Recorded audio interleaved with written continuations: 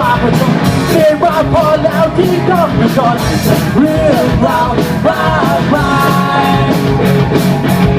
เรื่องราวเหตุผลที่เรียนชีวิตไหนจะเลือกงานไหนเลือกร้อนเด็กต้องนอนต้องทนมาถึงตอนนี้มันคงจะไม่เกิดเมื่อทุกอย่างลงล้อมเพื่อเป็นหา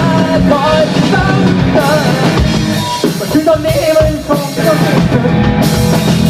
อยากจะเดินมาเราไม่ทนแล้วอยากเพียงขอลาจะขอลาบอกก็ไม่ทำแล้วต้องจากคนแล้วอยากที่ขอลาจะขอลาบอกตาดิ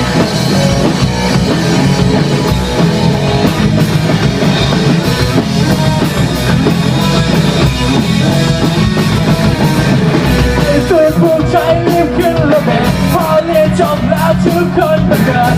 หน้าเบื่อโคตรเด็ก